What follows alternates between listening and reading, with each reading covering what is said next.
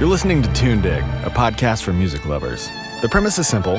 We dig into an album to discover what makes it interesting, and then we dig into the crates for a vinyl copy to give away to one lucky winner. Go to tunedig.com for your chance to win, and follow us on Instagram and Twitter for more info about the album that didn't make the episode. Today we're talking about Janelle Monáe's ArchAndroid. Is it Arch or ArchAndroid? Arch. Is it? Mm-hmm. I promise you don't know everything about this record. Not you, Kyle. Yes. I mean, also you, Kyle, I guess. Yeah, no, I definitely don't. I didn't, and I still don't. And there's so much more to explore. So she made this record, the ArchAndroid, Suites 2 and 3 of the Metropolis concept series. First one came out in 2007. Yep. The Metropolis EP, basically. Just called Metropolis. So Metropolis Suite 1, The Chase, in 2007.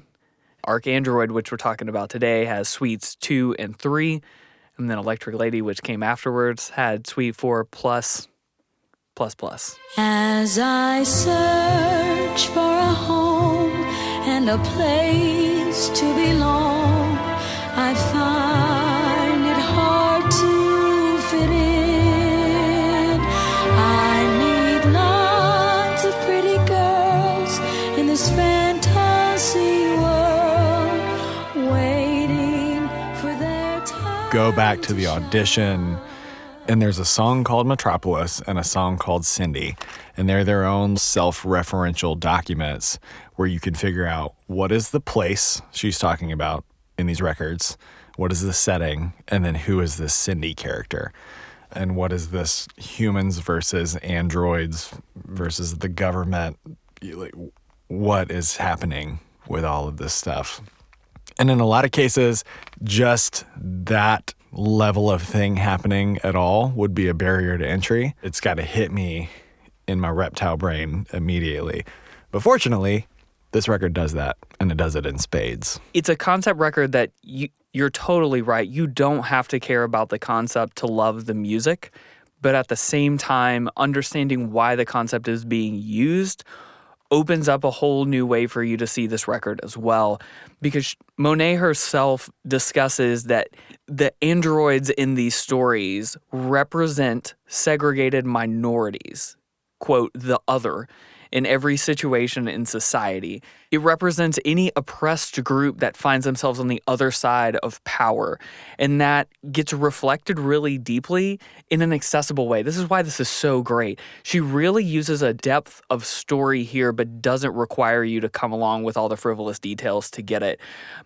This 4-part suite, or however many parts it would end up being, of Metropolis is based on, or is heavily inspired by, a 1927 silent film called Metropolis. And in that pretty heavily science fiction movie, at the end of the day, it's a pretty basic concept of the haves and the have-nots. So there's all the people who have everything, and there's all the people who have nothing, and the people who have nothing work for all the people who have everything.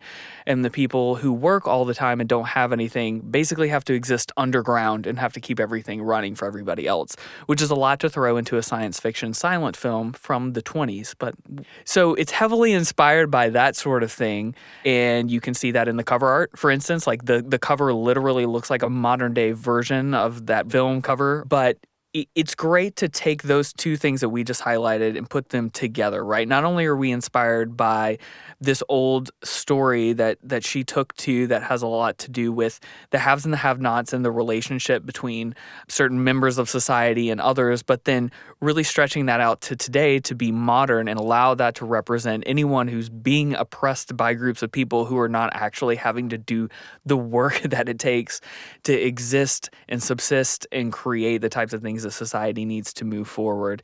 And so I feel like that's just one quick dip of the toe into the pool of what is going on in this storyline. I just want to bring it up because it creates a whole new level, I think, of appreciation for this persona that she starts to put on and this story that she starts to tell, because Janelle Monáe enables herself to take on heavy topics because she creates this alternate persona that she can use and discuss in a way that's a little easier for everybody to palate even if they are, in fact, the haves in the story instead of just the have-nots. And so it gives you this real wide appreciation for not only what she's doing from an artistic perspective, but also what she's doing from a social perspective. This is very subversive. The use of the story itself is very intentional and isn't just your traditional sci-fi type thing where it's fun to talk about space. It is totally fun to talk about space, but it's way fun to talk about space in a way that you can understand the complexities of your current social interactions and your environment. I mean, this is a lot that's tackled into a too sweet part of an album here. That's the role of a great artist, is to make it palatable and to make it something that people are thinking about without thinking about it. The Atlantic review of the record sums up how nicely all that is done, though perhaps at times too thick, too inaccessible, but not so much I didn't want to shake my ass. But it touched on the politics in that review of the record. Monáe has given pop music its first Toni Morrison moment, where fantasy, funk, and the ancestors come together for an experience that evolves one's soul. You don't really know whether you want to diagram it, dance to it, or just be dumbstruck. It owes as much to Parliament Funkadelic as it does to Samuel R. Delany and Octavia E. Butler. She's finally doing what a number of artists, particularly black artists, have not been able to do in years, and that's move pop music forward. This needs to be listened to actively. It almost doesn't work as a passive album. It's not really a feel-good record. It's art. There's no ambience in it. All of it is very bright and direct, and it's very operatic in that it's performed. It's a little bit difficult in that way. Right. But it's long, and it's a lot of tracks. It's so long. It's a double album. It is. This record has more references than like a Wreck-It Ralph movie. Sonically, it's referencing, sampling, being inspired by lots of different people, musicians, bands. Her persona itself is obviously very inspired by David Bowie. Ziggy played for time, jiving us that we were voodoo. The kids were just crass. He was the Nas with God-given ass. He took it all too far. And the reason I bring up all those references is because they're not necessarily individually important, but they create this kind of plot map that helps you see the shape of some of the things that she's talking about, because one of the deeper concepts about this concept record is, again, her using this storyline, the sci-fi storyline, as a way to bring levity to really serious topics. One of the things that we're seeing lyrically, for instance, in Faster, is she's bringing up this concept of Cindy Mayweather, the android, basically being a messianic figure for the rest of this android community. The story is crazy, but she's already showing the way that even a messiah figure inside of a story still has the day-to-day, I am in love with a person, or a person is in love with me, or I have passions or unfulfilled desires. I am a person, and I'm also a figurehead in a movement. I'm what I know I am, and then I'm what others perceive me as well. And how do I rectify the tension between those two things? Yes, that is the place where we start to draw the lines to other Black female artists who have moved music forward, while also, I mean, Lauryn Hill comes to mind, where she is at once saying, I understand that I'm a leader of the Black community. I understand that I am a role model for Black women. And at the same time, I'm in love with some people, and I don't want to tell you about my personal details. I can be a figurehead of a community, and I can also be a person who doesn't know what they want all the time. And to me, this android persona is used as a way to say, even in this scenario, we have somebody who's basically trying to save the world, and she's still falling in love with a guy. Like, it's still like a Disney movie plot line underneath this concept of liberation and slavery and freedom and captivity and all of these very kind of heavy concepts that come with all of this levity, because it's easier for us to consume a story about a robot than it is about reality. That's a good point. The artist creates the distance so as to say, I want the universality of this story to resonate with you, because I want you to take the parts with you that I know we'll share, but I don't want us to focus on anything other than the universality of that. Like, please don't make me talk about that stuff. Like a great example of that is she was quoted in an interview as saying, "The lesbian community keeps trying to claim Cindy Mayweather, but I'm only interested in dating androids." Meet me at the dawn, I'm in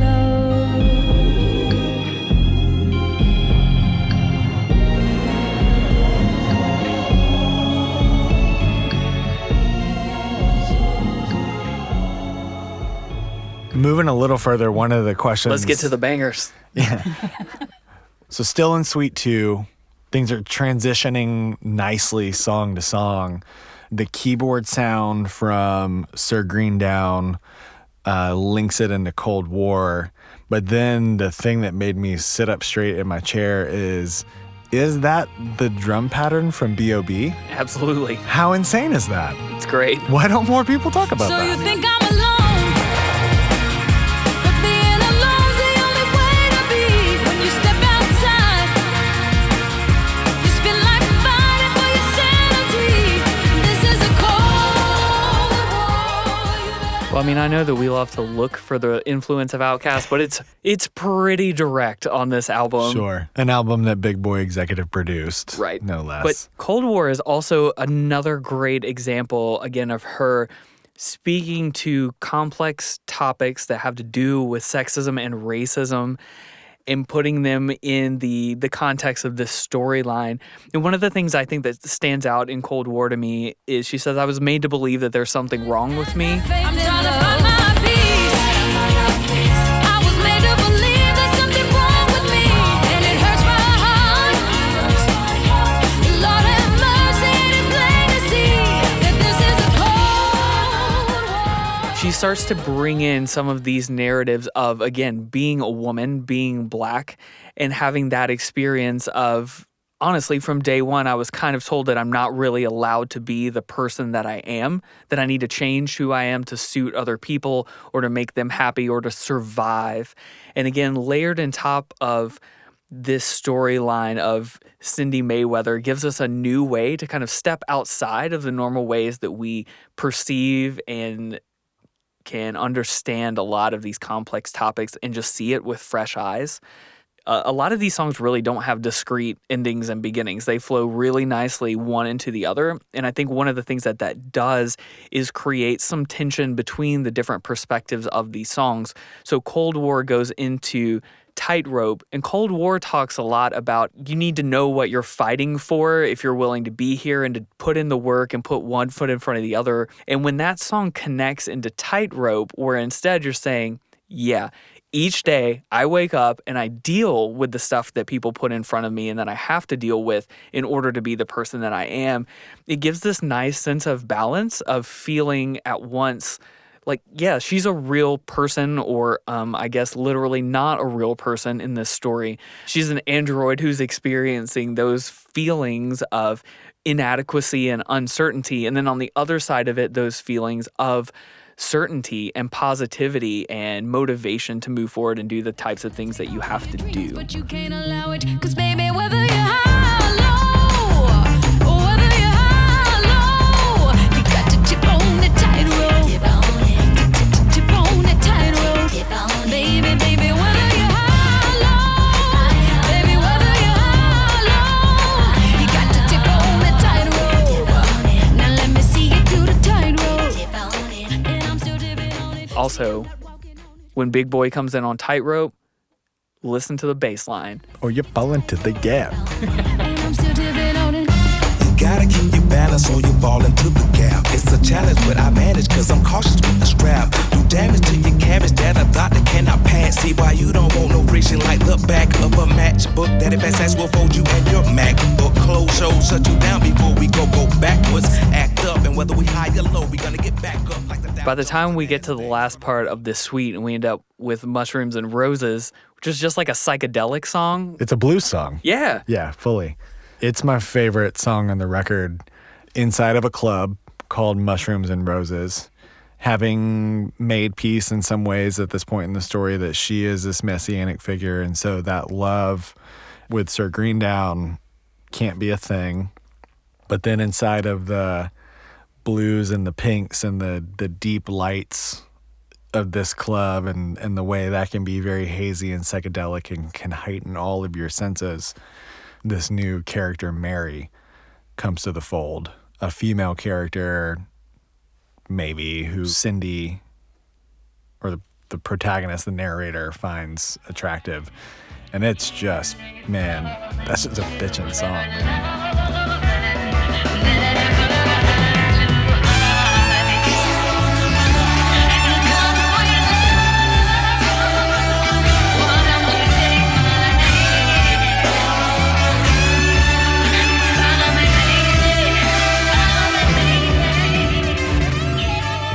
And that's just halfway into it, which I think we can say it at least would have been interesting to split these suites up, because, well, you go right back into a whole other half of the album after that. Which is fewer tracks, but just as long. But I think that that's one of the things that we can say here, is just to encourage you, if you do have to split it up, this is a great place to take a break and come back to it.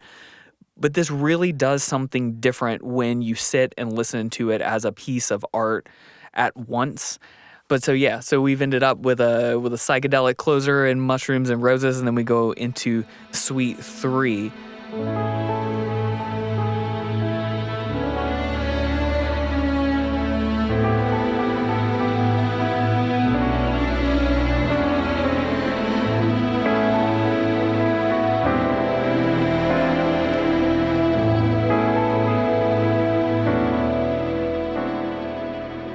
This probably feels like a fitting time to bring up the liner notes.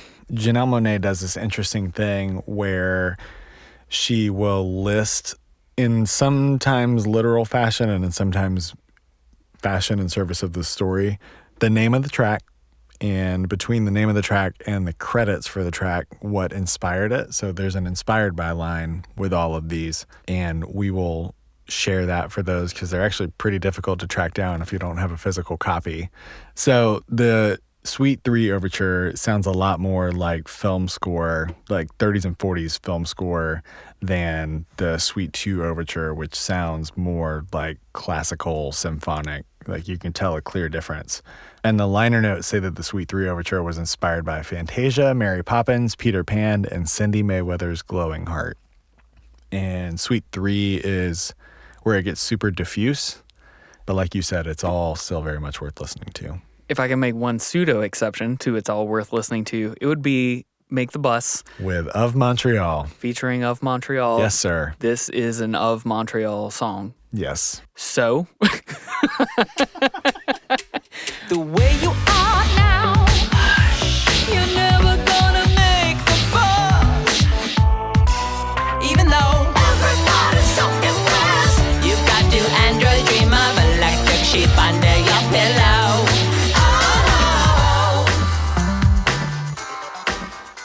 Lyrically, though, she immediately references Erykah Badu's Bag Lady at the beginning of the song. So there's, again, so many references in so many places here. I mean, we talk about not going down rabbit holes on albums. Again, there's so many to touch on here. I personally enjoyed all the different directions that this album was already taking. At no point did I stop and say, you know what would be great here is an Of Montreal song. I'll say this. I don't like the song, but it's not distracting enough that it warrants skipping or like creating a playlist where you just leave that one track off. And there's other albums where that's the case.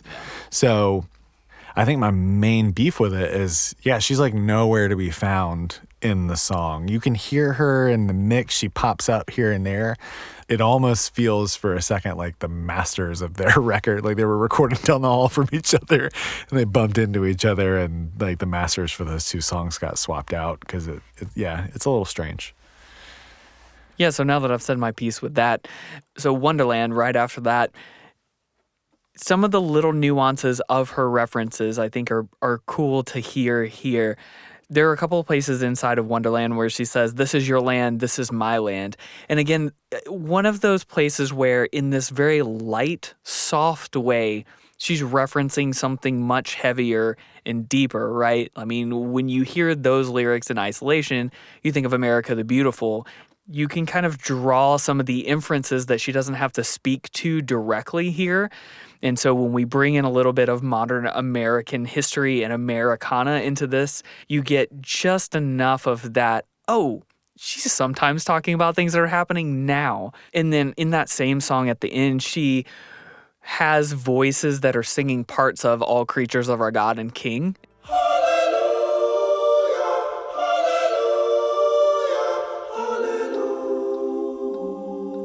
I love that the song sort of about utopia and that declaration of intent shares the name of her label / artist collective.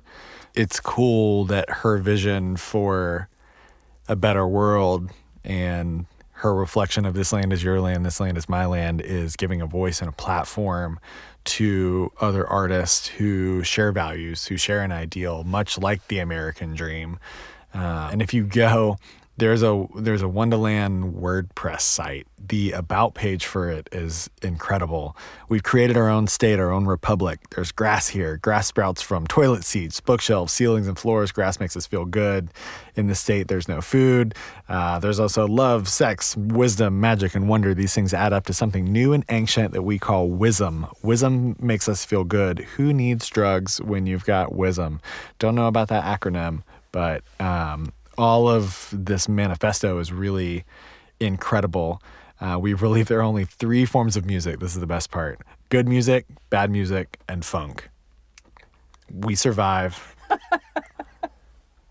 on funk. The output of this record and what becomes of Janelle Monáe and the world that she builds is Wonderland, the studio, and Wonderland, the arts collective. You can be a part of this thing if you believe in this set of values, but you have to be your own person within it. And that's a beautiful model. It's becoming more common in the era of the odd futures, but to be organized around a set of beliefs like this is really cool and still really unusual. Even more connections that we can make to today, and another way to kind of reinforce that through line with Outkast and with funk. We've talked a lot in previous episodes about what funk really means and what it was when it was a new art form. I think another way to see this concept record and then its marriage with genres and types of music is the sci-fi angle of this. I hate Wikipedia quotes, but whoever wrote this sentence did a pretty good job. The notion of space travel and, quote, new worlds becomes a metaphor for breaking the chains that enslave minorities of all types. And that's a theme that has a long tradition in African American music, from Sun Ra to Parliament and Funkadelic to Cannibal Ox and Outkast. That's a pretty good sentence to sum up a little bit of what we've been talking about so far about, again, being able to use a concept to bring some levity to a heavy topic. But I think another touch point that we have here is that's one of the big reasons that Black Panther captured the attention and zeitgeist of America the way that it did in 2018, because space travel and new worlds, even in the comic book as it was written, were a way for people who have been oppressed to see with new eyes what it would look like to not be there. Instead of just imagining a, quote, better world, you imagine a totally different world. And in Black Panther, Wakanda has all of this technology to bring healing to the oppressed. And so that sci-fi concept of being able to travel through space to create new worlds, to use technology to bring healing, is another way for people to see themselves and to see their own potential outside of the reality that they may be stuck in right now. To me, the essence of what you're saying, and in many ways the essence of the record to me, is in Say You'll Go. The first lines of that are, love is such a novelty, a rarely painted masterpiece, a place few people go or ever know. And you're talking about space in the future and Afrofuturism. That idea of a place few people go or ever know is also embodied in who Janelle Monáe, the individual person, is. A person who wants to transcend boundaries and definitions. Are you this, are you that, are you whatever, and just embody love. And she uses a complex metaphor to reflect the complexity of human beings just trying to connect, just trying to love and be loved. And it's really just that simple, but there's a lot of gray area within it because human beings are imperfect and we're different from moment to moment and day to day. And that, other than Mushrooms and Roses, is probably my favorite song on the record for that reason.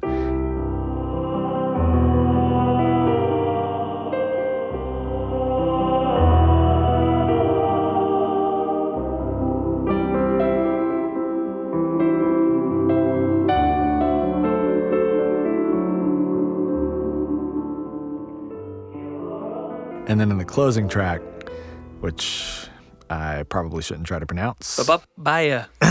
And then in the closing track, which is called Baya. Thank you. There's the line, "My freedom calls and I must go." Somebody in an article I read, it suggests an ascension right into that messianic figure, a turning away of the life from the first suite and to a broader perspective.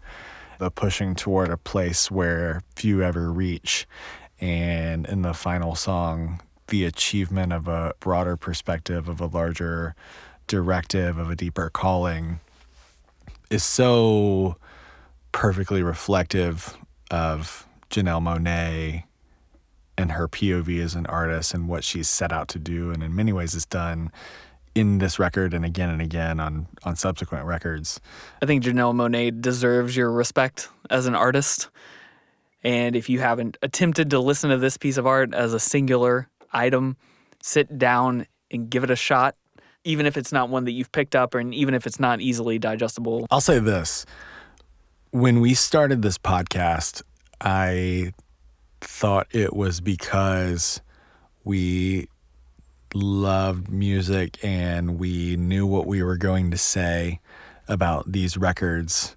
And we are close to 20 episodes in now, and we're two guys that for a decade and a half plus have seen thousands of bands and listened to thousands of hours of music. And the counterintuitive thing about getting to this place in this podcast and in our friendship is that I didn't know that I needed something to love about music again. I thought I was already there, but I wasn't, and I needed to start fresh. And I was doing it what was the right way at the time, but no longer is in this season of life. I was going after a lot of stuff, but not going after anything deeply. This exercise has been really meditative and has been really healing. Records that I never would have spent a lot of time with and gotten to know, like the records that I know really, really well, have revealed not only themselves to me and the beauty of what these artists were expressing and all of themselves that they put into these things, but all that it's taught me about myself and what it means to really love music or anything in the world. It really has come to a head with this record. There is so much beauty and spirituality and individuality on this record that, like, if you are at a point in your life where you need a fresh outlook on things, Janelle Monáe has got it, and she's got it for you in spades.